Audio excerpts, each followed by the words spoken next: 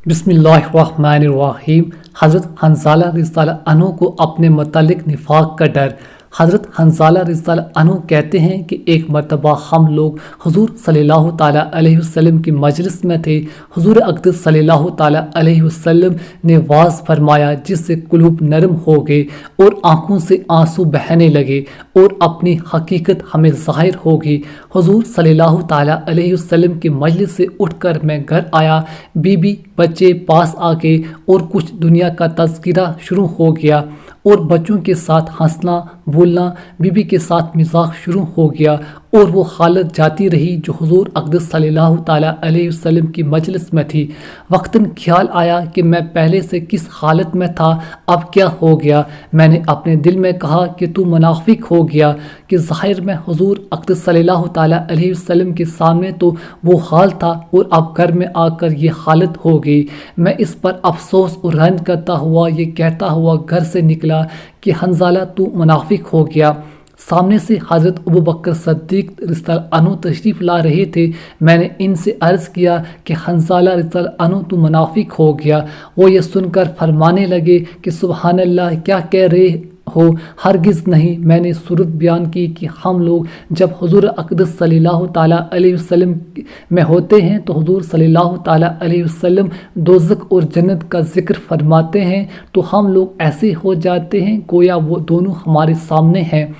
और जब हुज़ूर सल्लल्लाहु ताला अलैहि वसल्लम के पास से आ जाते हैं तो बीबी बच्चों और जायदाद वगैरह वगैरह के धुंधों में फंस कर इसको भूल जाते हैं।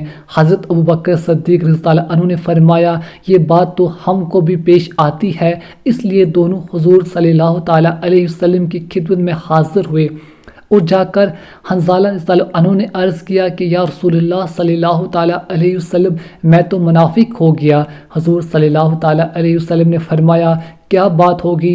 हंज़ाला रज़ियल्लाहु अन्हु ने अर्ज़ किया जब हम लोग आप सल्लल्लाहु ताला अलैहि वसल्लम की खिदमत में हाज़िर होते हैं और आप सल्लल्लाहु ताला अलैहि वसल्लम जन्नत व दोज़ख का जिक्र फरमाते हैं तब हम ऐसे हो जाते हैं गोया वो हमारे सामने हैं। लेकिन जब खिदमत अक़दस से चले जाते हैं तो जाकर बीबी बच्चों और घर बाहर के धंधों में फंस कर भूल जाते हैं। हुज़ूर सल्लल्लाहु ताला अलैहि वसल्लम ने अरशाद फरमाया उस ज़ात की कसम जिसके कब्ज़े में मेरी जान है, अगर तुम्हारा हर वक्त वही हाल है जैसा मेरे सामने होता है तो फरिश्ते तुम्हारे बिस्तरों और पर और रास्तों में मुसाफा करने लगे। लेकिन हंज़ाला रज़ियल्लाहु अन्हु बात यह है कि गाह है, यानी आदमी के साथ इंसानी ज़रूरतें भी लगी हुई हैं जिनको पूरा करना भी ज़रूरी है। खाना पीना, बीबी बच्चे और इनकी खैर खबर लेना ये भी ज़रूरी चीज़ें हैं। इसलिए इस किस्म के हालात कभी कभी हासिल होते हैं, ना हर वक्त ये हासिल होते हैं और ना उसकी उम्मीद रखना चाहिए। ये फरिश्तों की शान है कि उनको कोई दूसरा धन ही नहीं, अल्लाह ना बीबी बच्चे, ना फ़िक्र माश और न दुनियाई किस्से, और इंसान के साथ चूँकि बशरी ज़रूरियात लगी हुई हैं इसलिए वो हर वक्त एक सी के हालत में नहीं रह सकता। लेकिन गौर की बात यह है कि सहाबा कराम रज़ियल्लाहु अन्हुमा को अपने दीन की कितनी फ़िक्र थी कि ज़रा सी बात से हुज़ूर सल्लल्लाहु ताला अलैहि वसल्लम के सामने जो हालत हमारी होती है वो बात में नहीं रहती। इस पर अपने आप को मुनाफिक होने को उनको फ़िक्र होगी।